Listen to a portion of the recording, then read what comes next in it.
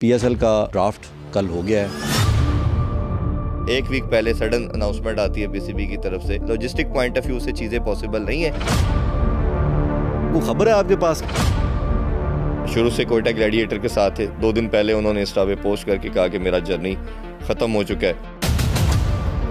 1.5 year खास time period आया है उसके लिए। अकोमोडेट करना था ना बंदों को। जो 1.5 साल हो सकता है वो 2 साल भी हो सकता है। वो 3 भी हो सकता है। अब वो मेंटोरशिप में भी एक तरफ पैसे बना रहे हैं। आपने कहीं ना कहीं लाइन ड्रॉ करनी है। ये एक बच्चे का हक है।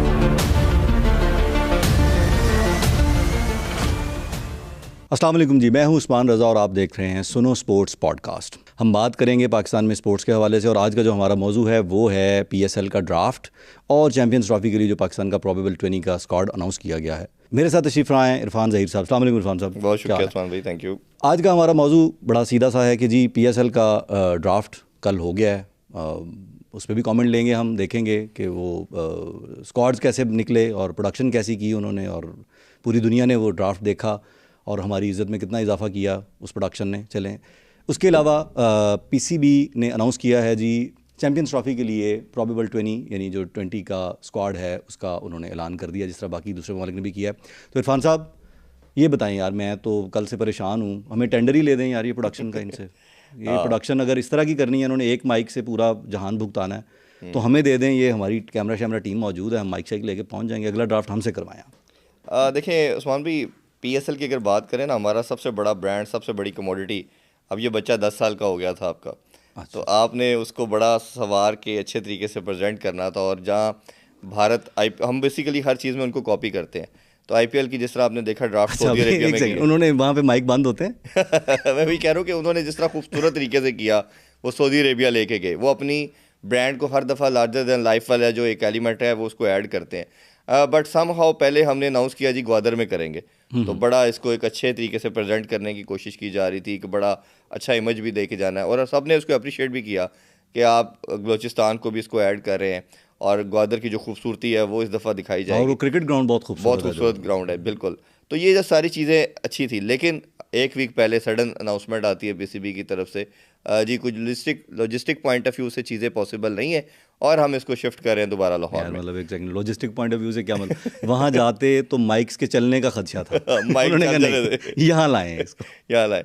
तो वो उन्होंने खैर ये उसकी एक एक्सक्यूज़ किया और फिर उसके बाद लाहौर में किया। लाहौर में नॉर्मली होता है कि नेशनल हाई परफॉर्मेंस सेंटर है जो अकेडमी भी पहले थी, उस जगह को उस प्रेमिसेस में किया जाता है पहले। क्योंकि अभी उधर एक ऐसा समा है, रेनोवेशन हो रही है, अपग्रेडेशन हो रही है, एक मेले का समा है, वो बाहर तंदूर भी लगे हैं, वो मजदूर जो 24/7 काम कर रहे हैं वो खाने भी खाते हैं। तो वो रोड हमारी ये कि ये मेला जो है ये चैंपियंस ट्रॉफी से पहले मुक जाए, ये ना हो गए वहाँ पे। उस पर भी बात करते हैं हम। तो इन्होंने फिर ओबियसली एक लाहौर का अच्छा इमेज दिखाने के लिए हजूरी बाग का जो एक सर्टन एरिया है, बड़ा अच्छा डिसीजन था, डिसीजन किया कि अच्छा एक इमेज आया जो सब ने अप्रिशिएट उसको भी किया, चले आप कर ले। लेकिन ये चीज़ें उस्मान भाई बहुत पहले तय होती हैं कि आपके साथ कौन से ब्रॉडकास्टर होंगे, कौन सी टीम होगी। असल में हमारा प्रॉब्लम सिस्टम का ये है कि हमेशा हम कहीं ना कहीं नेपोटिज्म में जाते हैं, फेवरेटिज्म में जाते हैं, कोई रिश्तेदारी निभाते हैं। और ये कहीं ना कहीं हमें लगता है कि अपने जानने वालों को जब आप नवाजते हैं उनको काम दिया जाता है। और ये जब आप फिर ये नहीं कि सिर्फ लोकली ये आप इसको दिखा रहे थे, पूरी दुनिया में शोकेस कर रहे थे। और एक बड़ा नेगेटिव इम्पैक्ट गया कि जी वो डोमिनिक कॉक जो है वो बार बार कह रहा है जी माइक इज़ नॉट वर्किंग। अच्छा, दूसरी की तरफ चले जाते हैं, उनका भी नहीं चल रहा। फिर वो एक बंदा दौड़ता हुआ भागता इधर जा रहा है, कभी इधर जा रहा है। हाँ, वो एक बड़ी क्योस सिचुएशन थी। तो ये बड़ा एक नेगेटिव इमेज गया था। और इसमें मैं हमेशा ये अपने प्लेटफॉर्म से, अपने शो में भी बात करता हूँ कि ये पाकिस्तान का ब्रांड है, पाकिस्तान का सबसे बड़ी कमोडिटी है। आपने इसको पब्लिक इवेंट बनाना था, आपने इसको फेस्टिवल की तरह प्रेजेंट करना था।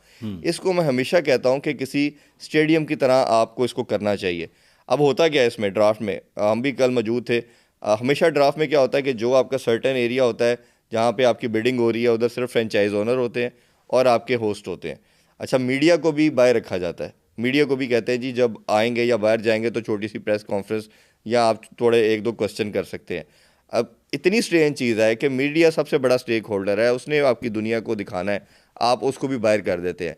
फिर मैं कहता हूँ कि आम आपकी जो जनरल पब्लिक है वो भी इसका पार्ट होना चाहिए। फैंस की ये प्रोडक्ट है, और फैंस इसमें शामिल नहीं हो देखें, सकते। ये आज से हाइप बिल्ड होना शुरू होती ना, अगर ये पब्लिक इवेंट के तौर पे से ट्रीट किया जाता किसी जगह जहाँ लोग देखें इकट्ठे आप होते हैं, उस्मान भाई, जिस तरह आप तो पीएसएल तक इसकी वो फील जाती है, फील जाती है, आप इसकी सेरेमनी रखते बेसिकली, ओनरशिप क्रिएट होती है, ओनरशिप क्रिएट होती है, आप इसका फायरवर्क्स करें, इसका कोई आप कॉन्सर्ट रखें, म्यूजिकल नाइट बनाएं, 8-9 घंटे का इवेंट स्ट्रेच कर देते हैं, उसके अंदर आपके पास एम्पल टाइम होता है, इन बिटवीन प्री पोस्ट आप कई चीज़ें कर सकते हैं।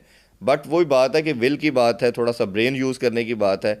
बट अनफॉर्चुनेटली हमने लगा कि जहाँ पहले सीज़न से आप शुरू हुए थे ड्राफ्ट का सिस्टम दिखाने के लिहाज से, आज 10वें सीज़न में भी वहीं पे खड़े हैं, कोई चेंजिंग नहीं। कंसिस्टेंट है अल्हम्दुलिल्लाह, हम ना बुरा होने में कंसिस्टेंट है। आपने बीच में एक तज़किरा किया नेपोटिज्म का, मैं कोई ये नहीं कह रहा कि आप ज़रूर किसी पे एलिगेशन लगाएं, लेकिन मुझे तो अपना कंसर्न है भाई कि अगली दफ़ा प्रोडक्शन हमें दे दें, अगर पाकिस्तान की इज़्ज़त बचानी है तो वो माड़ी मोटी हम करेंगे इंशाल्लाह, इससे तो बेहतरी होगी वो।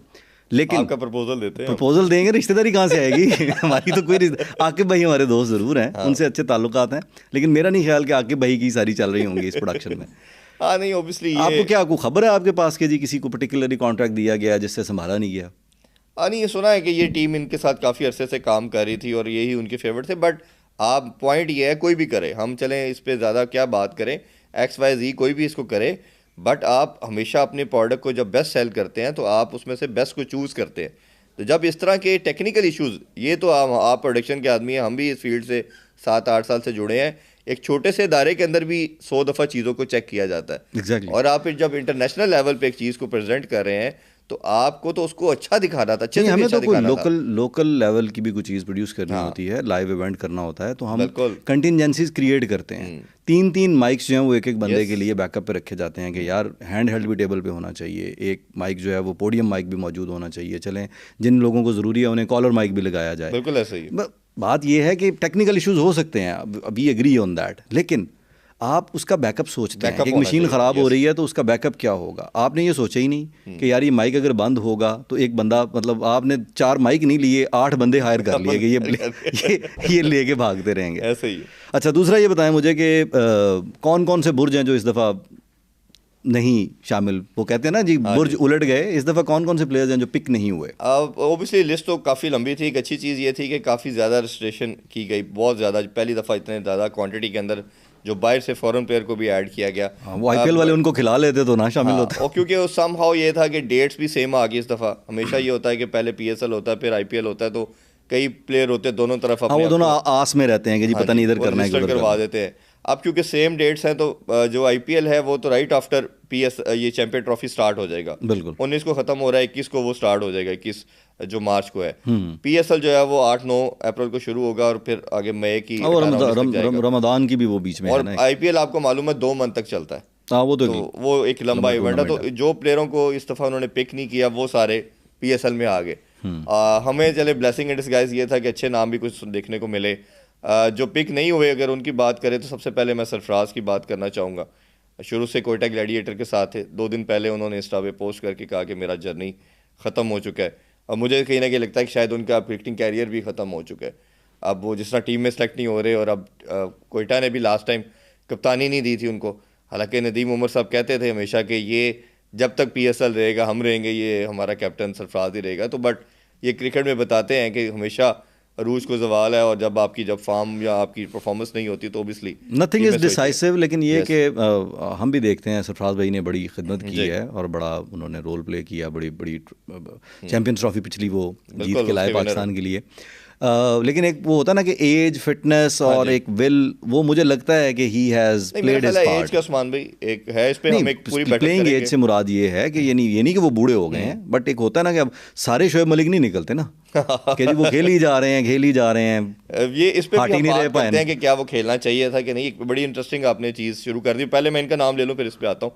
फिर इस तरह जेसन रॉय को पिक नहीं किया गया। एलेक्स हेल बड़ा नाम है, इनको इस दफ़ा पिक नहीं किया गया। इस्लामाबाद के ये परमानेंट फीचर होते हैं, वो पिक नहीं हुए। फिर इसी तरह उस्मान ख्वाजा एक बड़ा खूबसूरत बैट है और मैं हमेशा इसको उसका बड़ा मुझे पर्सनली बड़ा ओडीआई या टेस्ट में हम ज़्यादातर देखते हैं, बट बड़ा खूबसूरत एक बैट्समैन है, उसको पिक नहीं किया गया। फिर इसी तरह अगर हम देखें बाहर के और भी नवीनों साथ में ज़रा इनको 1 by 1 वो भी करते जाएं। मेरा ये ख्याल, आप इस पे ज़रूर कमेंट करें, मेरा ख्याल ये है कि शायद उस्मान ख्वाजा को पिक ना करने की वजह स्ट्राइक रेट है उनका, या हर फ्रेंचाइज कंडीशंस में। हाँ देखिए, हर फ्रेंचाइज का अपना एक होता है। जैसे अगर हम बात करें तो केन विलियमसन जो है वो तीनों फॉर्मेट का मेरी नज़र में एक अगर आप कंप्लीट पैकेज की बात करते हैं तो स्टीव स्मिथ और के साथ ये दो बैटर या जेसन रॉय को सॉरी अगर आप करें तो जो रूट की बात कर सकते हैं, जो रूट ये ऐसे प्लेयर हैं।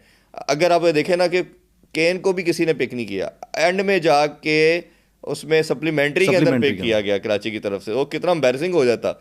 वो इवन डोमिनिक कॉक ने भी बड़ा वो स्टॉनिश अपना बिहेवियर के साथ जब उन्होंने अनाउंस किया, उन्होंने कहा शुक्र है जी, हालांकि वो प्लैटिनम कैटेगरी में था, प्लैटिनम कैटेगरी के अंदर था। शायद वो फाइनेंशियल्स को भी देखते हैं, आगे महंगे प्लेयर हैं, फिर साथ ये भी देखते हैं कि हमने कम्बिनेशन के अंदर एक तरह के बैटर नहीं आनी चाहिए, तो फ्रेंचाइज ओनर सब कुछ देखते हैं। इसी तरह मुझे जो लगता है जो फॉरेन प्लेयर की हम बात कर रहे हैं, मुस्तफिज़र को बड़ा अच्छा T20 का प्लेयर है, शकीबुल हसन को पिक नहीं किया गया, फिर पर मुजीब को नहीं पिक किया गया, ये T20 का बड़ा स्पेशलिस्ट है। मुझे लगता है अपने प्लेयरों को आपको वैल्यू करना था, उसमें आपने धानी को नहीं किया जो PSL का हमेशा से सक्सेसफुल ये बड़ी वैसे वो है। मूसा आपका अभी जो लास्ट मंथ T20 कप हुआ उसमें हाईएस्ट विकेट टेकर था, उसको नहीं पिक किया गया।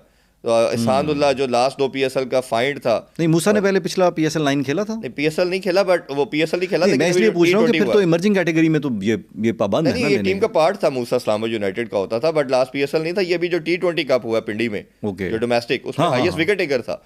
जो आपका डोमेस्टिक इवेंट के अंदर हाईएस्ट विकेट टेकर है, वो डेफिनेटली टीम में होना चाहिए था। और लोकल कंडीशन को कोई भी जो मतलब पेसर जो बाहर से आएंगे उनको आगे यहाँ आगे समझ आएगी ना कि भाई क्या हो रहा है, और जो हाईएस्ट लोकल बॉलर जो है वो तो परफॉर्म करता है। मैं वही बात कर रहा हूँ कि ये हाईएस्ट परफॉर्मर्स जो है आपका दे रहा है, परफॉर्मर दे रहा है, उसको नहीं आप पिक कर रहे, तो बड़ी वेट चीज़ है।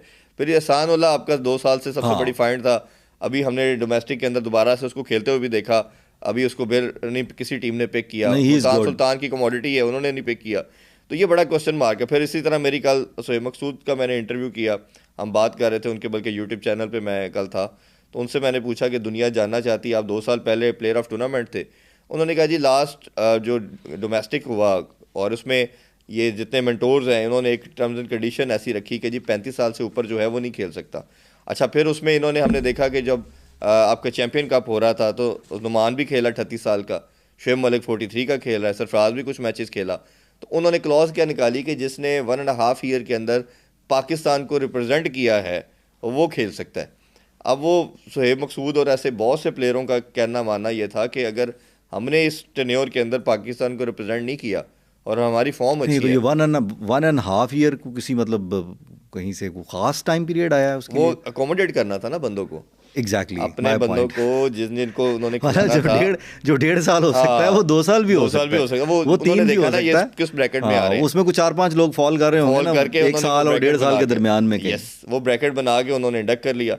अब देखें इसके 2 प्रॉब्लम है, अगर तो आपका देखें सीनियर खेलता है तो फिर तो सारे सीनियर जो परफॉर्मर है उसको होना चाहिए।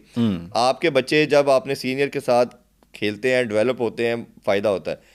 दूसरी तरफ इसका काउंटर आर्गूमेंट ये है कि अगर आपका कोई 43 साल का, जैसे शुएब मलिक फिट है, सब कुछ ठीक है, ये अब उन्होंने अपनी क्रिकेट खेल ली है, अब वो मेंटोरशिप में भी एक तरफ पैसे बना रहे हैं, हमारे भाई हैं, हमारे दोस्त हैं, बट आपने कहीं ना कहीं लाइन ड्रॉ करनी है। ये एक बच्चे का हक था, जो 19-20 साल का बच्चा परफॉर्म कर रहा है और आपने जो उसने अपनी कैरियर के अंदर एफर्ट की और वो सोच रहा था कि मैंने इस साल PSL खेलना है, और अगर उसकी जगह पे आप आ गए तो आप एक बच्चे का जो एक अपॉर्चुनिटी थी, जो उसका एम था, आपने उसको किल कर दिया।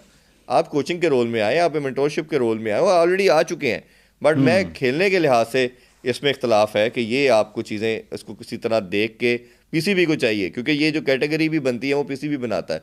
आल्दो के इस पर हमेशा ये काफ़ी रिजर्वेशन रहती है फ्रेंचाइज वालों की कि ये इसके अंदर हमारा इनपुट ज़्यादा होना चाहिए कि किस प्लेयर को किस कैटेगरी में लेना है, और बट वो ओबियसली जो राइट है वो PCB ने अपने पास रखा हुआ। मैं ये लिस्ट तमाम टीम्स जो हैं 6 की 6 वो मेरे सामने हैं, पिक्स सब की।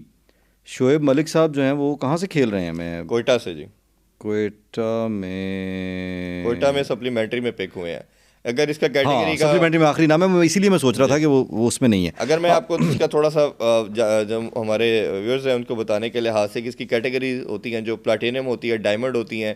प्लैटिनम में 3 प्लेयर पिक किए जाते हैं हर टीम की तरफ से, डायमंड में भी इसी तरह 3 होते हैं, फिर आपकी गोल्ड है उसमें 3 होती हैं, फिर सिल्वर में आपके 5 होते हैं, और फिर मर्जिंग सबसे इंपॉर्टेंट कैटेगरी जो मैं मानता हूँ वो मर्जिंग होती है। आपकी खूबसूरती जो कह लें, आपका चार्म कह लें, वो आपका मर्जिंग है। मर्जिंग अच्छा है, every season you come up with 1 or 2 new stars, वो इमर्जिंग में से आते हैं जी। 2 लड़के आपने पिक करने होते हैं, प्लेइंग 11 के अंदर एक इमर्जिंग मस्ट खेलता है। हाँ वो तो लाजमी होता है। इमर्जिंग आपका अच्छा है, आप ये देखें जिस टीम ने भी टाइटल जीता है उसका इमर्जिंग तगड़ा था। इमर्जिंग के बारे में वो नहीं होता ना, डेटा उस तरह से अवेलेबल नहीं होता, वीडियोस अवेलेबल नहीं होती, एनालाइज करना, उसको खेलना मुश्किल होता है। वो बैटर है तो वो उसकी टेक्निक को समझना मुश्किल होता है। अगर वो अच्छा परफॉर्म कर रहा है जी, किसी टीम का वो तगड़ा है और वो आके बड़े, ये इंटरनेशनल क्रिकेट की तरह की गेम है पीएसएल भी, उस वैसे परफॉर्म करता आ रहा है, बड़े प्लेटफॉर्म पे आके वो फंस गया है, तो वो बेचारा एकदम वो इतने लोगों को देखना और सारा वो हाइप और मीडिया कवरेज, वो कई दफ़ा ये चीज़ हमने बड़े पास में क्रिकेटर देखे, डोमेस्टिक में बेतहाशा रन थे, जब इंटरनेशनल सर्किट गए और वो रह जाते थे। तो इसी तरह मर्जिंग अगर बच्चा कोई अच्छा परफॉर्म करता है तो ये एक किस्म का वन ऑफ चांस बना देता है अपनी टीम के लिए जीतने के लिए, नए नहीं टीम को जीतने के लिए भी, और आपके जो नेशनल स्क्वाड है हाँ। उसके लिए भी आपको एक और ऑप्शन खुल जाता है आपके लिए, एक नया यंग एनर्जेटिक। उस कॉन्टेक्स्ट में बात कर रहा हूँ कि अगर वो अच्छा परफॉर्म नहीं कर रहा और आपको एक खिलाना भी मजबूरी है तो आप उसको हाइड करना मुश्किल हो जाता है। अगर बॉलर के तौर पे खिलाया है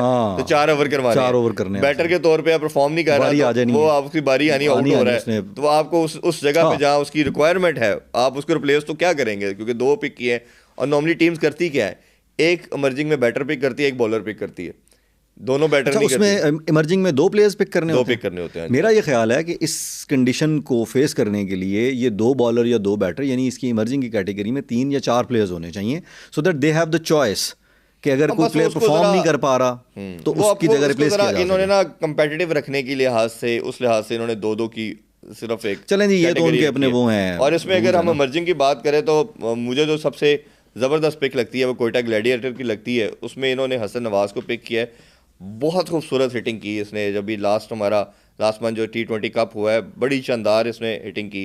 मोहम्मद ज़िशान इन्होंने किया, ये भी अंडर 19 का बड़ा ज़बरदस्त बॉलर रहे हैं। और इसी तरह पेशावर ज़ल्मी की पिक मुझे बड़ी ज़बरदस्त लगी। इन्होंने लेफ्ट हैंडेड बैटर है, मास सदाकत, बहुत खूबसूरत स्टाइलिश है, इसको पिक किया। अली रज़ा टॉल लंबा बॉलर, ठीक है, उसको इन्होंने पिक किया। तो इनका भी कम्बिनेशन मुझे बड़ा ज़बरदस्त नज़र आ रहा है। और इसी तरह मुल्तान सुल्तान ने उबैद शाह जो नसीम शाह के भाई हैं और शाहिद अजीज़, उसको पिक किया है। हुनैन शाह को दोबारा पिक किया गया जी इमर्जिंग के अंदर। और साद मसूद बड़ा खूबसूरत ऑलराउंडर है, स्पिन भी बड़ी अच्छी करता है, हिटिंग भी 6-7 नंबर पे आके बड़ी लंबी करता है, गेम को क्लोज करने के लिए वो अच्छा हिटर है। लाहौर के अंदर जो है वो अपने प्लेयर डेवलपमेंट प्रोग्राम से ही लड़के लेके आते हैं, वो डोमेस्टिक को नहीं पकड़ते, उसी बच्चों से लेके उनको खिलाते हैं। उसमें उन्होंने इस दफ़ा मोहम्मद अजब और मोमिन कमर को रखा है। हम ज़्यादा इनको जानते नहीं है क्योंकि ये इनके अपने प्लान के बच्चे होते हैं। इन्होंने जो किया है कराची ने, वो फवाद अली है, ये इसका सुना है, कल चांद मसूद भी बता रहे थे, अच्छा फास्ट बॉलर है। और इसी तरह रियाजुल्लाह वो इन्होंने बैटर किया। तो ये इमर्जिंग इनकी है। ये मेरा ख्याल है कि एक कम्बिनेशन के लिहाज से इमर्जिंग का, जिस तरह हम अभी हैविंग सेड दैट कि ये बड़ा वाइटल है कि आपकी टीम के अंदर किस तरह फिट इन होता है। अगर कोई बच्चा फिट इन हो गया और उसने कर गया, बट मुझे लगता है कि हसन नवाज एक एक्सेप्शनल टैलेंट होगा। उबैद शाह नसीम शाह के भाई हैं, उबैद शाह, और ये पहली दफ़ा इमर्जिंग में अपीयर हुए हैं। लास्ट ईयर भी हुआ था। ये तीनों भाई खेले थे इस्लामाबाद यूनाइटेड। अच्छा हाँ, ये तीनों एक ही टीम में। अब एक इधर आ गए हैं और 2 जो हैं बिल्कुल हुनैन जो हैं वो अभी भी उनके साथ ही हैं। अच्छा एक और बताएं मुझे कि जी एक नाम लेना है आपने, best squad and the worst squad on paper. Best squad इस दफ़ा मुझे जो कम्बिनेशन लग रहा है वो कोयटा का लग रहा है जी। उसकी हमारा इसमें राय हमारी सेम है, मेरी अपनी राय भी है। अच्छा जी, उसमें सबसे बड़ी बात यह है कि जो ओपनर का रोल मैं बड़ा इंपॉर्टेंट समझता हूँ। फिन एलन दुनिया का one of the best hitter है, नो डाउट, ठीक है। और मार्क चैपमैन को मैं हमेशा बहुत हाईली रेट करता हूँ, पाकिस्तान कंडीशन में तो बहुत मारता है ये। और ये अनफॉर्चुनेटली अभी ये रिसेंटली न्यूजीलैंड की जो सीरीज़ हो रही है श्रीलंका के अगेंस्ट, उसमें बड़ा शानदार इसने इनिंग्स खेली हैं। तो ये इनका पेयर होगा। फिर इसी तरह अबरार इनके पास है, मोहम्मद आमिर इनके पास है, रिली रुसो इनके कैप्टन होंगे। मिडल ऑर्डर में इनके सऊद शकील भी है, वो देखते हैं किस नंबर पे खिलाते हैं। मोहम्मद वसीम जूनियर हैं, अकील हुसैन बड़ा ज़बरदस्त ऑलराउंडर है और इन कंडीशंस के लिए बड़ी शानदार। हसीबुल्लाह एक बड़ा फ्यूचर आपका कीपर भी है और पावर हिटर भी है। फिर ख्वाजा नाफे जो लास्ट PSL की कमोडिटी था, ख्वाजा नाफे को बड़ा हाई रेट किया जाता है जी, वो है। फिर इसी तरह कायल जेमिसन है, बड़ा ज़बरदस्त न्यूजीलैंड के फास्ट बॉलर हैं। टीम में क्यों कंसिस्टेंट नहीं खेलते मुझे आज तक समझ नहीं आई। उस्मान तारिक लास्ट फाइंड थी PSL के मिस्ट्री बॉलर। खुरम शहजाद इनके पास है। मर्जिंग हम बता चुके हैं। सप्लीमेंट्री भी इन्होंने बड़ी तगड़ी इन्होंने पकड़ी है। खुशाल मेंडिस है, जैस वो आपको पता है कि कीपर शॉन एबट है, शुएब मलिक और दानिश अजीज ने स्टार्ट अपने कैरियर का बहुत अच्छा किया, बट अभी इनका काफ़ी डिप आ चुका है। दूसरी जो टीम का बैलेंस अच्छा लगता है वो मुझे ज़ल्मी का भी ठीक लग रहा है इस दफ़ा। ज़ल्मी ने, मैंने ज़ल्मी को दूसरे पे नहीं प्लेस किया हुआ, एनीवेज अपने अपने वो नंबर्स है ना। जी जी जी जी।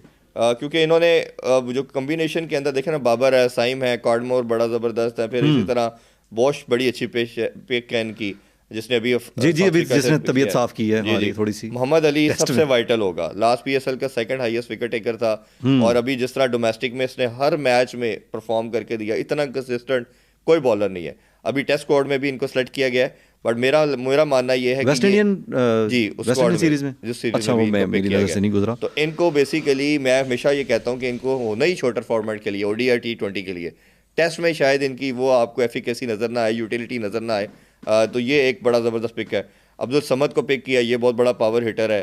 हुसैन तलत ये सबसे अच्छा बेस्ट परफॉर्मर था, मैन ऑफ टूर्नामेंट भी था ये हुसैन तलत। और नाहिद राना ये 150 पे गेंद करेगा यहाँ इन कंडीशंस में, वो है। आरिफ यकूब ऑलरेडी था, नजीबुल्लाह ज़दरान है इनके पास, मेहरान मुमताज़ है इनके पास, इसी तरह सुफियान मुकीम अभी जो रिसेंटली टीम में खेला है, और अली रज़ा और माज वो है, हम बता चुके हैं। अलजारी जो जोसेफ हैं वो इनके पास, अहमद नियाल।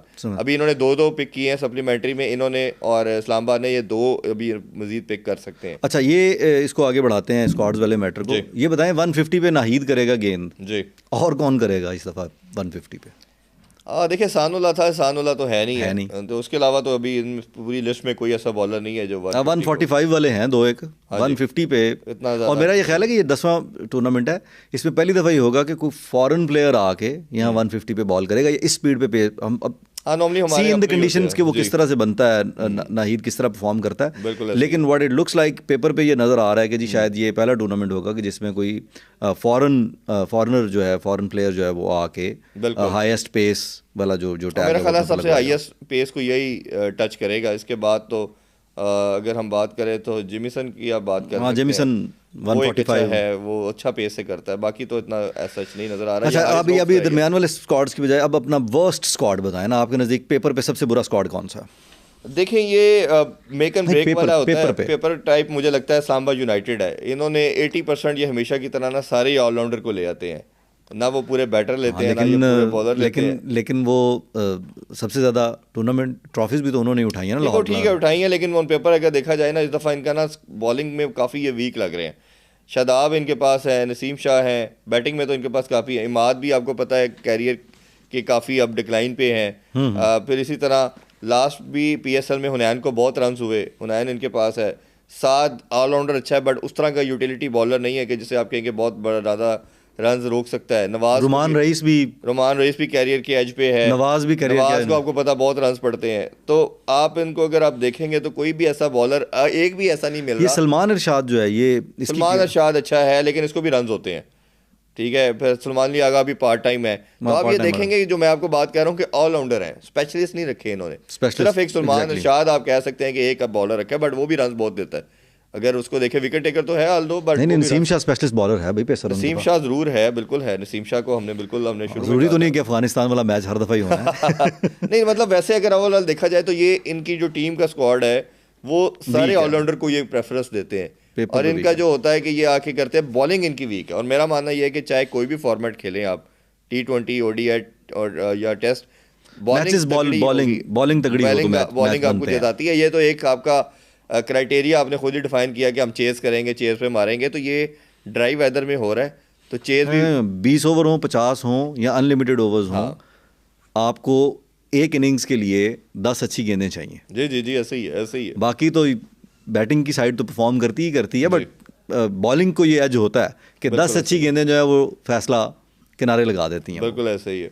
और लाहौर के अंदर की अगर उस्मान भाई बात करें तो इस दफ़ा इनको सबसे बड़ी हिट ये है कि राशिद खान नहीं है, जो इनके दोनों दफ़ा जब जी चैंपियन बने थे तो उनका एक ख़ास रोल था। अच्छा, मैं राशिद खान पे पर्टिकुलरली एक तवक्कुफ़ के साथ थोड़ी सी बात ये करना चाहूँगा, राशिद खान क्यों नहीं है? IPL खेलेगा। पिछले साल उन्होंने कमिट करके वो नहीं आए थे, और इसको स्पेकुलेशन से कहेंगे हम, क्योंकि ये चीज़ें इस तरह खुल के सामने तो आती नहीं कि जी IPL played very important role के राशिद, आप PSL नहीं खेलेंगे। उन्होंने आपने पैसे देने हैं, उससे उधर चले जाना, बड़ी सिंपल सी। नहीं, मुझे तो ये लगता है पर्टिकुलरली अभी इसलिए आ रहा है कराची में पिक हुए हैं कि वो भी सप्लीमेंट्री में हुए हैं, क्योंकि उनको IPL में पिक नहीं किया गया। तो जो वही लड़के हैं जिनको पिक नहीं किया गया वो सारे अवेलेबल हैं। और इसी तरह वो इनके नवीन जो हैं उनकी लास्ट टाइम आपको याद होगा विराट कोहली के साथ बड़ा हुआ था, इस दफ़ा उसको भी पिक नहीं किया, वो भी ड्राफ्ट में अवेलेबल था, उसको भी पिक नहीं किया गया। तो ये इस तरह का। और इनकी अगर हम लाहौर के अंदर देखें तो इन्होंने 8 प्लेयर, हर टीम ने 8 प्लेयरों को रिटेन करना था, इन्होंने अपने मेन प्लेयर को रिटेन किया था। डेरल मिचेल इनके पास प्लेटिनियम में आए हैं, फ़खर है, शाहीन है, डायमंड में हारिस रऊफ है, कुसाल परेरा इन्होंने रखे हैं, सिकंदर रजा ऑलरेडी इनका मेंबर है, अब्दुल्ला शफीक और जानदाद भी रिटेन किया, जमान भी रिटेन किया है, आसिफ अली इनके पास आए हैं, आसिफ अली को इन्होंने जल्मी से पिक करके अपने पास लेके आए हैं, डेविड विजे इनको रिटेन किया है, आसिफ अफरीदी है, ये एक अच्छा पिक है मेरी नज़र में। डोमेस्टिक के बड़े पक्के प्लेयर हैं ये, अखलाक भी डोमेस्टिक में बड़ा अच्छा परफॉर्म करते आए हैं। Rishad Hussain leg break bowler हैं बांग्लादेश के, इनको पिक किया, बट इनको रन्स काफ़ी होते हैं। और इनके इमर्जिंग जो हम पहले ही ऑलरेडी डिस्कस कर चुके हैं, इनका जो सप्लीमेंट्री में बात करें तो सबसे अच्छी पिक इनकी जो सैम बिलिंग है, ये भी इंटरनेशनल लेवल पे उस तरह परफॉर्म नहीं कर पाया, बट बहुत एक्साइटिंग, बहुत ही बड़ा टैलेंट है ये। और टॉम करन भी अच्छा, टॉम करन भी, हाँ जी, बिल्कुल पूरा। अच्छा, इसमें मैं एक चीज़ मुझे जो स्क्वाड में नज़र आ रहा है ना, वो बड़ा ही फील है कि डेविड वीसे एक मीडियम पेस बॉलर हैं, स्पेशलिस्ट स्पिनर जो है वो सिकंदर के अलावा इनके पास कोई नहीं है। हाँ, वो तो लोकल कंडीशंस में हमारी जो ग्राउंड्स यूज़ होती हैं पीएसएल के लिए, उन सब में स्पिनर जो है वो एक इंपॉर्टेंट रोल प्ले करता है। बिल्कुल ऐसा और ही है। डे कंडीशंस, नाइट कंडीशंस में अलग अलग शायद ये भी हमने क्योंकि ज़्यादा देखा नहीं है मोहम्मद अजहब और मोमिन को, शायद हमें भी इनमें से कोई बॉलर हो इनके बारे में नहीं पता हमें। इन आकिब भाई ना हमेशा ताहिर बेग को बड़ा हाईली रेट करते थे, लास्ट पीएसएल में ओपन जो करते रहे हैं, और बड़ा अच्छा हिटर भी है और अभी डोमेस्टिक में भी अच्छा खेलता रहा है, ज़्यादा कंसिस्टेंट नहीं हुआ, बट वो बड़ा हाई रेट करते थे। बट आकिब भाई के जाने के बाद वो उसको पिक नहीं किया गया। डेरल मिचेल की अच्छी इंक्लूजन है, बैटिंग इनकी भी तगड़ी लग रही है, बॉलिंग मुझे कोई बॉलिंग नहीं है, स्पिनिंग के लिहाज से ना थोड़ा सा हारिस रऊफ भाई हमारे एज यूजुअल अच्छा स्कोर खाएंगे। वो किसी ने कहा ना, वर्ल्ड कप हो रहा था, उसने कहा जी हारिस रऊफ और शादाब सबसे कंसिस्टेंट है। उन्होंने कहा अच्छा वो कैसे? कहता हर मैच में T20 में 50 बनाते हैं और ODI में 100 बनाते हैं, बैट से नहीं बॉल से बनाते। हाँ, ये रन्स में कंसिस्टेंट है, करवाने में, जिस तरह करवाने में। उससे भी पूछा गया ना आतिफ राना साहब से कि आपकी टीम में सबसे एक्सपेंसिव प्लेयर कौन है, कहते हैं हारिस रऊफ। उसने कहा पैसों के लिहाज से, कहना नहीं, रन देने के लिए, इकोनॉमी के लिहाज से, इकोनॉमी के लिहाज से महंगे हैं।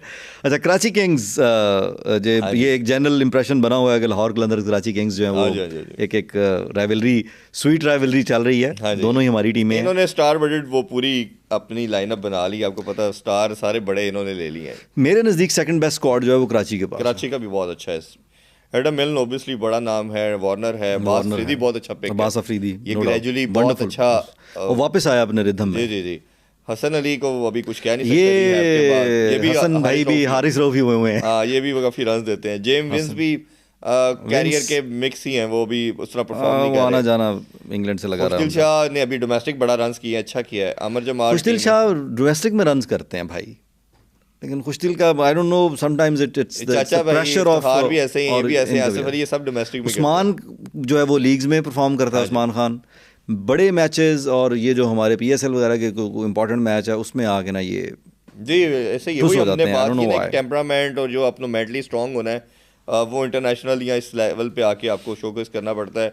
ऑलराउंडर तगड़े इन्होंने रख लिए हैं, इरफान खान, नियाजी, अहमद जमाल, कप्तान खुद क्वेश्चन मार्क है शान मसूद।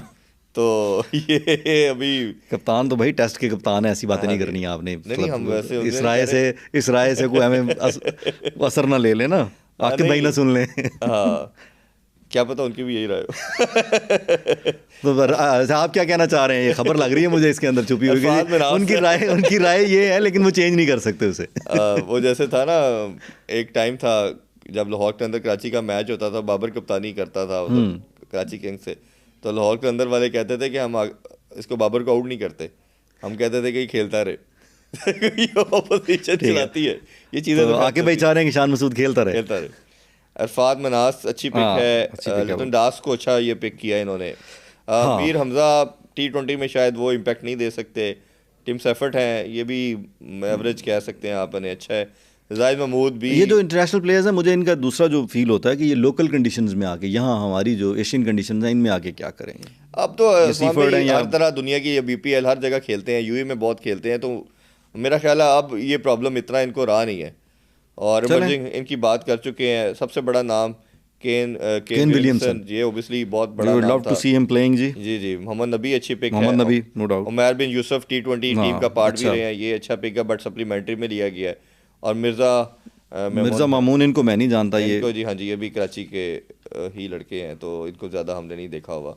अब बैलेंस स्क्वाड लग रहा है, बेहतर लग रहा है, दूसरे तीसरे नंबर पे इसको मेरे मुताबिक कोयटा के बाद कराची का स्क्वाड जो है वो बड़ा अच्छा था, बेहतर लग रहा है। तो अब ये देखें कि फाइनल इसमें से फिर क्या प्लेइंग 11 हर टीम बनाएगी अपना, वो किस तरह लेके चलेगा। बट अभी एक ऑप्शन फिर आती है बिडिंग के अंदर, वो अगर कोई प्लेयर इंजर है तो सप्लीमेंट्री के अंदर आप यहाँ इसको चेंजिंग कर सकते हैं, उसके अंदर भी शायद एक दो प्लेयर हमें फाइनल ड्राफ्ट के अंदर। अच्छा ये बताएं, PSL और IPL एक साथ इनका मुनक्किद होना जो है, ये will it be good for the sports environment, cricketing environment के लिए, कि दो बड़े टूर्नामेंट जो है वो साथ में उनका आगाज़ हुआ और एक क्रिकेटिंग इन्वायरमेंट बन जाता है, एनर्जी होती है, अच्छा जी यहाँ क्या हो रहा है, यहाँ क्या हो रहा है, या व्यूअरशिप जो है वो डिवाइड हो जाएगी कि जी IPL एक बड़ा टूर्नामेंट है but PSL has its own footprint. इन्होंने भी बड़ा ना, दो बड़ी फिल्में आ जाती हैं तो इकट्ठी कभी नहीं रिलीज करते, तो एक मर जाएगी एक डेढ़ महीने, एक महीने की फिल्म है, एक 2 महीने दी, तो दो फिल्में आप कभी बना लेते, इकट्ठी लॉन्च नहीं करते, दोनों सोचते हैं इकट्ठे नहीं लॉन्च करना। ऑब्वियसली विंडो का मसला आ गया है, क्योंकि पाकिस्तान ने चैंपियन ट्रॉफी के राइट आफ्टर चैंपियन ट्रॉफी इन्होंने न्यूजीलैंड जाना है, उधर सीरीज खेलनी है, फिर वापस आके इन्होंने फिर लोकली यहाँ पे वो रमजान भी एक वो भी फेस चल रहा होना, तो फिर वापस आके इन्होंने ये, आपके पास यही विंडो बचती थी, क्योंकि IPL लंबा इवेंट चलता है, वो 1.5-2 महीने तक स्ट्रेच करते हैं, तो उनके पास भी यही विंडो थी जो ICC की तरफ से गिवन है। तो इस दफ़ा PSL के मैचेस जो है वो टोटल 30 पहले तो ये महीने में कंक्लूड कर देते हैं, इस दफ़ा आई थिंक ये ऊपर ही है PSL, ये इस दफ़ा तो 45 दिन में जा रहा है, 9 अप्रैल से शुरू होके ये 19 अप्रैल तक, मई तक जाएगा, तो हमारा भी मंथ से ऊपर ही है। नहीं ये वाला लंबा है, इससे पहले तो जो है ये को 30-35 डेज में कंक्लूड करते थे टूर्नामेंट को, एवरेज मंथ का ही होता है, मंथ 35-40 डेज, लेकिन इस दफ़ा ये लग रहा है कि ये इसके अंदर ऑब्वियसली वो फिर आप डबल हेडर करवा देते हैं, इन चीज़ों को भी देखते हैं, क्योंकि अब मौसम आगे आपको पता है थोड़ा गर्म शुरू होना है, तो उसके अंदर भी वो डबल हेडर करवाना, वो गर्मी के अंदर मुश्किल है, तो वो आप कोशिश यही करते हैं कि नाइट मैचेस ही रखें, नाइट मैचेस। और दूसरा वैसे इस दफ़ा व्यूअर्स के लिए एक बड़ी जो इंटरेस्टिंग चीज़ होगी, अगर ये स्टेडियम्स की तामीर व तज़यीन का जो सिलसिला चल निकला है ना, एक लंबी दीवारें चीन तामीर कर रहे हैं हम अल्लाह के फजल से, ये मुकम्मल हो गए, तो इस दफ़ा PSL के जो मैचेस हैं वो बेटर इन्वायरमेंट में, एक अच्छी ग्राउंड्स में, अच्छे स्टैंड्स में, अच्छे इनक्लोजर्स में बैठ के लोग देखेंगे, एंजॉय करेंगे क्रिकेट। और एक इसमें PSL में लास्ट चीज़ उस्मान भाई ये है कि 10 एडिशन के बाद 2 टीम्स ने और ऐड होना है, और वो अब क्या होती हैं, एक सियालकोट की तरफ से तो ऑलरेडी नाम आ रहा है, सियालकोट फैसलाबाद दोनों का नाम, जी उनका नाम आ रहा है कि ये उसमें नेक्स्ट इंडक्ट होंगी, बट टीम्स की बड़ी रिजर्वेशन है, जो फ्रेंचाइज ओनर हैं वो उस पर बड़ा क्वेश्चन मार्क उठा रहे हैं, वो कहते हैं जी हम पहले अपना फाइनेंस शेयरिंग जो है, हाँ जी वो पहले ही, हम आपको याद होगा 2 साल पहले हाईकोर्ट में बड़ा थे, मैटर क्रिएट हो गया, हाईकोर्ट ने फिर इनकी काफ़ी सजेस्ट की कि आप आपस में बैठ के क्यों नहीं एमिकेबली सॉर्ट आउट करते, तो ये फैंस के पॉइंट ऑफ व्यू से तो बहुत अच्छा होगा कि आपको ज़्यादा टीमें नज़र आ रही हैं, 8 टीमें खेलती नज़र आएंगी, 2 विंग्स बन जाते हैं 4-4 टीम्स के प्रॉपर, और आपका एक अच्छा कंपटीशन नज़र आएगा। बट मेरा ख्याल है कि फ्रेंचाइज ऑनर को किस तरह आप ल्योर करते हैं, अट्रैक्ट करते हैं, किस तरह उनको मनाते हैं, ये एक होगा, क्योंकि वो पहले ही ये डिबेट कर रहे हैं कि जो आप लोकल लीग करवा रहे हैं इससे भी हमें बहुत हिट पड़ रही है, जैसे KPL है या आपकी SPL है, सिंध प्रीमियम लीग है या बाकी आती है, तो वो क्योंकि प्लेयर उसमें भी कुछ 4-5 मैचेस में अपने आप को साइन करता है, जाके कुछ खेल के आ जाता है, कुछ थोड़े बहुत ही 10 गुना कम पैसों में आ जाता है, वो कहता है कि एक प्लेयर उधर इतने कम पैसों में साइन हो रहा है, इधर आप हमसे इतने पैसे ले लेते हैं, तो ये उनके काफ़ी कंसर्न्स इस पे हैं। तो लेकिन ये मेरा ख्याल है कि इनके मिल के बैठ के PCB के साथ ही बंद कमरों में ये तय होना चाहिए पैसों के मामलात में, अगर फ्रेंचाइज क्रिकेट जो है उसमें फ्रेंचाइज ओनर इसमें क्रिकेट को प्रमोट करने में भी रोल प्ले कर रहा है, तो हाँ दोनों तरफ फ़ायदा ही होना चाहिए, ये नहीं होना चाहिए, विन विन होनी चाहिए। बहुत बड़े स्टेक होल्डर हैं इसमें, तो कोई शक नहीं है, और वो उन्होंने जितना ये बड़ा ब्रांड बना है तो उसका उनका खास रोल है, नो डाउट। आपको इसको उनको लेके भी चलना चाहिए, कहीं अपने आप को थोड़ा सा एक्स्ट्रा देना भी पड़े, तो मेरा ख्याल है PCB को चाहिए एज ए फादर फिगर के रोल में कि वो इनको साथ हाथ मिलाए लेके चले, ये ना हो कि हमारी जो बड़ी कमोडिटी है वो कहीं ना कहीं हैम्पर हो। अच्छा पाकिस्तानी जो पाकिस्तान सुपर लीग है इसमें तो शामिल होना इसलिए समझ आता है केन विलियमसन का, वार्नर का, कि वो पिक नहीं हुए तो इधर आ गए, वहाँ पिक क्यों नहीं हुए? दे हैड मोर चॉइसेस और क्या? और इसका मुझे तो जो इसमें वो एक्साइटमेंट लग रही है ना कि बड़े नाम, बड़े चेहरे PSL का हिस्सा भी नज़र आएंगे जो इंटरनेशनल प्लेयर्स में से। उन्होंने बेसिकली इस दफ़ा जो मुझे IPL को देख के लगता है कि वो बड़े नामों की बजाय यंगस्टर की तरफ गए हैं, क्योंकि T20 आपको पता थ्रिल का नाम है, यंगस्टर तेज खेलने का नाम है, तो उनके ख्याल में अब ये है कि ये अब ओबियसली एज्ड हो चुके हैं, अब इनकी वो जो चीज़ थी या जो इनकी पीक थी वो ख़त्म हो चुकी है, वो उतने बेनिफिशियल नहीं है, प्लस ये महंगे भी होते हैं। मुझे कहीं ना कहीं लगता था हमने टिम सऊदी को मिस किया है, वो एक हर दुनिया की टिम सऊदी बड़ा कंप्लीट बॉलर है और उसका यूटिलिटी है, हमें किसी ना किसी टीम को ज़रूर उसको यूज़ और वो यहाँ पे आगे परफॉर्म भी बहुत अच्छा करता है, बहुत अच्छा परफॉर्म और न्यू बॉल का तो वो बहुत शानदार बॉलर है। तो ये मेरा ख्याल है कई सब टीमों ने ना ये मिस कर गए हैं। तो वो अवेलेबल था यार, ये तो वाकई में वो है। हाँ, तो जो इस तरह की चलें देखें अभी इनके पास है ना ये सप्लीमेंट्री में गुंजाइश। हाँ, वो शायद उसमें कोई प्लेयर इंजर्ड होता है या अवेलेबल नहीं होता। बट आईपीएल का ये है कि वो ओबियसली उन्होंने भी एक स्टार बजट एक पूरा एक बनाते हैं टीम, और कोशिश ये भी करते हैं कि हमारे वो एनर्जी भी हो जो पूरे 2 मंथ रगड़ा देना है, पूरा वहाँ नजर आए। अब क्योंकि उधर भी ये बहुत डिबेट होना शुरू हो गई है उनके कंट्री के अंदर कि आप रोहित से भी अब जान छुड़ा लें, विराट को भी बाहर कर दें, ये उधर काफ़ी डिबेट हो, क्योंकि उनके पास अपना बहुत टैलेंट आ रहा है, नए लड़के उनके पास बेताशा। मैंने वो देखी है हाईलाइट्स अभी, वो सैमसन और वो खेल रहे थे साउथ अफ्रीका के अगेंस्ट, तो उसकी हाईलाइट्स तिलक, वो भाई मतलब कि क्या उनका कॉन्फिडेंस और क्या बॉडी लैंग्वेज थी। वर्ल्ड कप विनिंग स्क्वाड में से 9 प्लेयर नहीं थे, तो उन्होंने हर मैच में 200 प्लस किया, ऑलमोस्ट 200, 250, 280, उसमें तो 290 पे वो 283 आई गेस वो था। तो ये अब उनके पास ये यंगस्टर का T20 में टैलेंट बहुत है, और उनके तो ये भी बहुत डिबेट हो रही है कि ये चैंपियन ट्रॉफी में भी आप इनसे माजरत कर लें, बट शायद इतने बड़े नामों को इतनी जल्दी अल्लाह हाफिज़ करना भी आसान नहीं है। उधर के भी वही मसाइल हैं जो समहाउ पाकिस्तान के हैं, और ये जो इनकी भी गौतम गंभीर की और जो कप्तान जो है रोहित शर्मा, इनके भी एक जो टसल है वो सामने नज़र आना शुरू हो गई है। और जो लास्ट मैच वो नहीं खेले ऑस्ट्रेलिया के अगेंस्ट, वो कोच का ही प्रेशर था, और उन्हीं के प्रेशर की वजह से नहीं वो खेले, और फिर उन्होंने जिद में नहीं खेले या कोच के प्रेशर के, कोच नहीं खिलाना चाह रहे थे, कोच चाह रहे कि नहीं खेले, नहीं वो तो समझ आ रहा है हमें उनकी जो वो है एक आपस में वो। और आपने देखा कि उन्होंने फिर जो आके इंटरव्यू भी दिया, उसमें उन्होंने कहा जी मैं कहीं नहीं जा रहा, मैं इधर हूँ, और सुना कि उन्होंने वापस आके भी अपने बोर्ड से यही बात कही है कि मैं अभी खेलूंगा, मुझे कोई एक आधा इंडिविजुअल नहीं कह सकता कि मैंने छोड़ना, क्योंकि भारत का कप्तान ज़रा तगड़ा होता है, वो इस तरह का सिलसिला नहीं होता। प्लस अभी वर्ल्ड कप जीत के आए हैं 6 मंथ पहले, तो ओबियसली उनकी एक से है, और उनको बोर्ड के लोग भी काफ़ी पसंद करते हैं, क्योंकि वो मानते हैं कि ये सेल्फलेस प्लेयर है।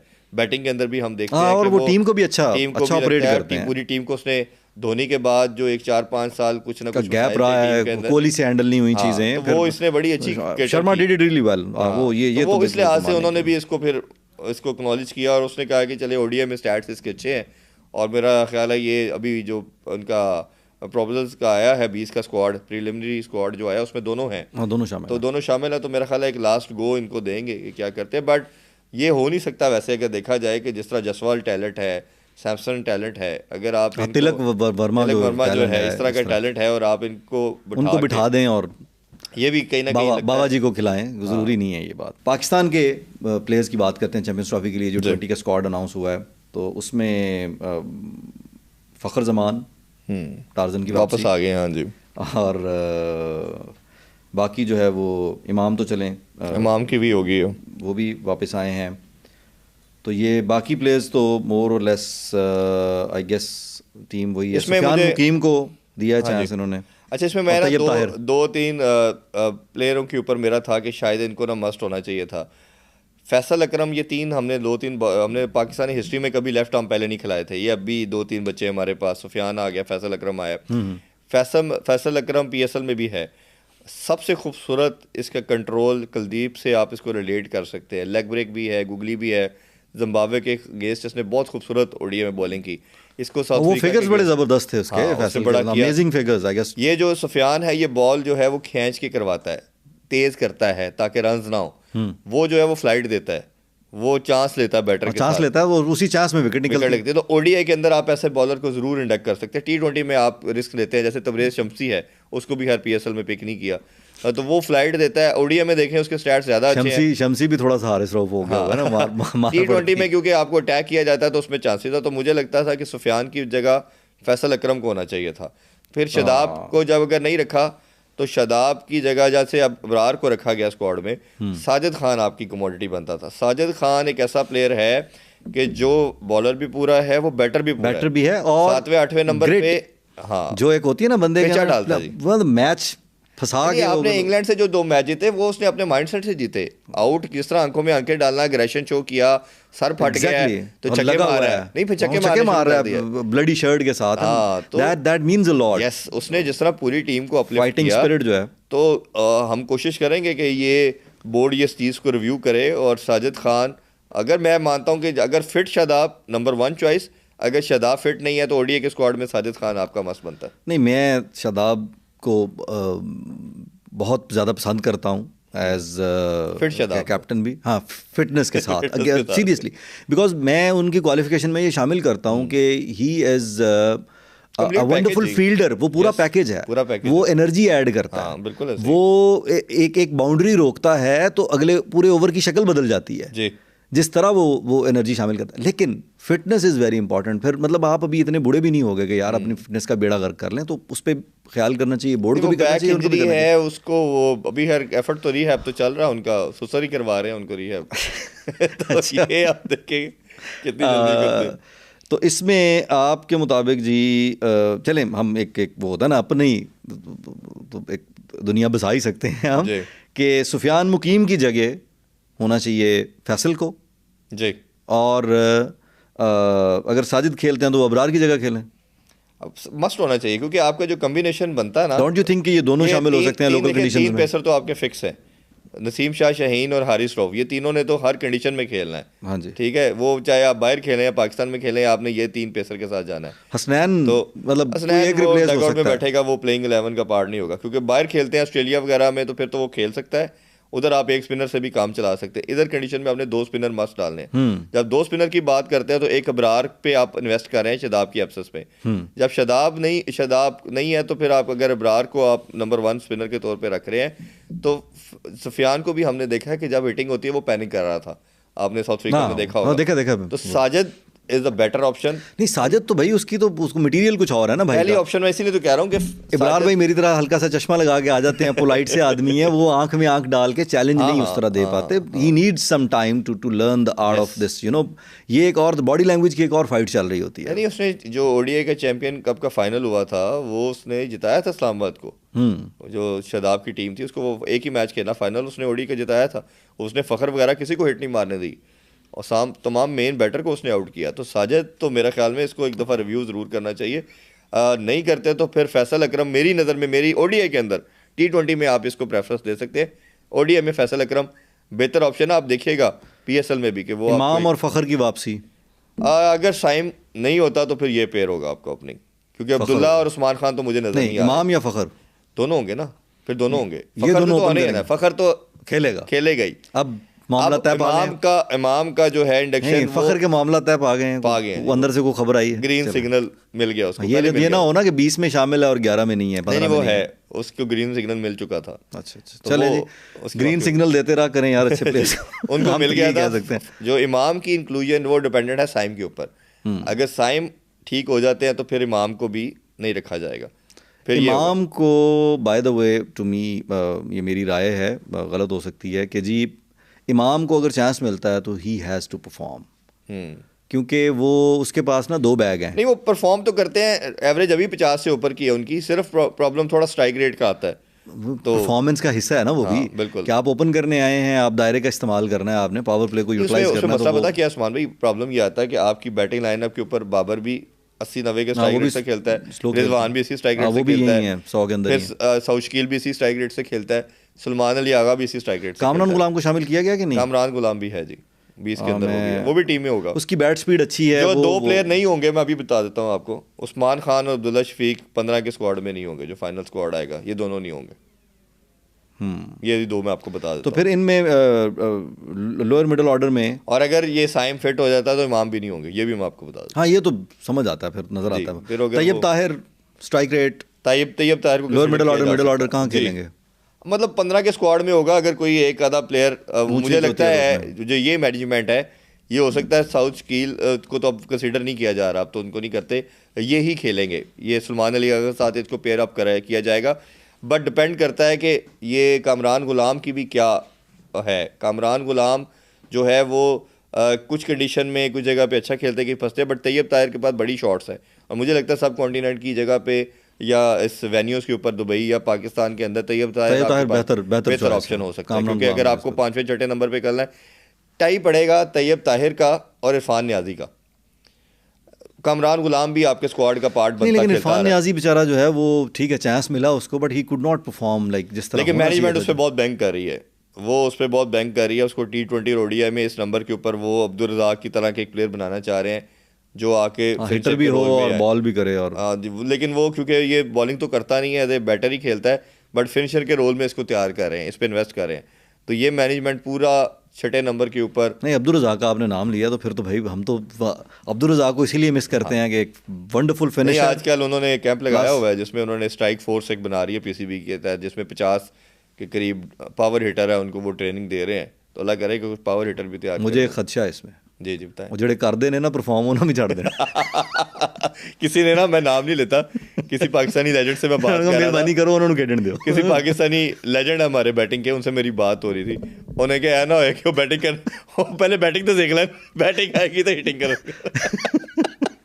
नहीं, मुझे ये खदशा जिनको आती भी होगी ना बैटिंग या जो हिटिंग करना भी जानते हैं। अजीब माहौल है हमारे, आई डोंट नो, बड़ा वो दिल करता है हमारा कि यार इतनी पेसी हो गई है क्रिकेट जी, अमेजिंग। मतलब हमारे नेबर में इसी कंडीशन में भी वो खेल रहे होते हैं ना, एशियन कंडीशंस में इंडिया भी अपने वो तैयार कर रहा है। अभी हम तीनों प्लेयर्स का नाम ले रहे थे, सैमसन है, तिलक है, मतलब क्या उनका यादव है, क्या क्या वो क्या उनकी बैट स्पीड है और क्या वो हिट, क्या उनका मतलब नजर आता है कि यार एक एडवांटेज पता क्या है एक पाकिस्तान को इस चैंपियन ट्रॉफी में एडवांटेज, एक तो होम कंडीशन का तो चलो है ही है, वो तो हम कई दफ़ा ज़ाया भी कर देते हैं।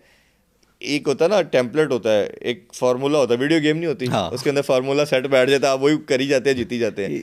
इसमें ODI का मिल गया पाकिस्तान को, वो सेट करके आ गए हैं, वो सेट करके ऑस्ट्रेलिया में नहीं, वो वैसे आ गया वो। लकीली आप देखें कि हमारे तमाम बैटर को वो सूट करता है स्ट्राइक रेट के लिहाज से, जो 300 सवा 300 के लिहाज से, एंड में थोड़ा तेज, बाद में शुरू में वही, और बॉलर को भी वही लाइन 4 ओवर च मार भी खा जाते ने, टेस्ट एक जगह पे बॉल नहीं होती ना कोलो।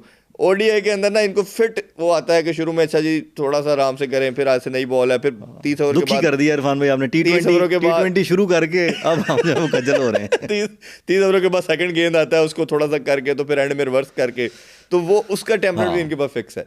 तो ये फार्मूला लग गया हमारे हाथ, ये किसी लोकल कंडीशंस के साथ ये फार्मूला अप्लाई करें तो ट्रॉफी उठाई जा सकती है। इसलिए पाकिस्तान सबसे फेवरेट है इस चैंपियन ट्रॉफी में, डिफेंडिंग चैंपियन भी है, और जो अभी गिवन सर्कमस्टांसेस और टीम कॉम्बिनेशन है, साइम अगर किसी तरह साइम वापस आ जाता तो बड़ी बैलेंस टीम, तो ये तो मेरा ख्याल है कि अनबीटेबल किस्म की टीम हम बन सकते हैं। नहीं, साइम की वापसी के साथ ये स्क्वाड बड़ा तगड़ा हो सकता है। और साइम अगर ऑस्ट्रेलियन साउथ अफ्रीकन कंडीशंस में जिस कॉन्फिडेंस से वो खेल रहा था, पाकिस्तान में अपनी कंडीशंस पे वो उसका कॉन्फिडेंस लेवल जो है वो और कहीं डिफरेंट। देखिए ये होगा हमारा एक दो प्रॉब्लम पाकिस्तान क्रिकेट ने 4-5 साल में बहुत सफ़र किया। एक तो हमारे पास मैच विनर नहीं आया, आल दो के बाबर रिजवान रन करते थे, मैच फिनिश नहीं करके जाते थे, ये वो वाइज बच्चा आया। और ये डिबेट हमेशा रही थी कि जी वो 4-5वें नंबर वाला फिनिश करता है, तो साइम ने वो करके दिखाया कि नहीं, ओपनर भी एक आगे कर सकता है।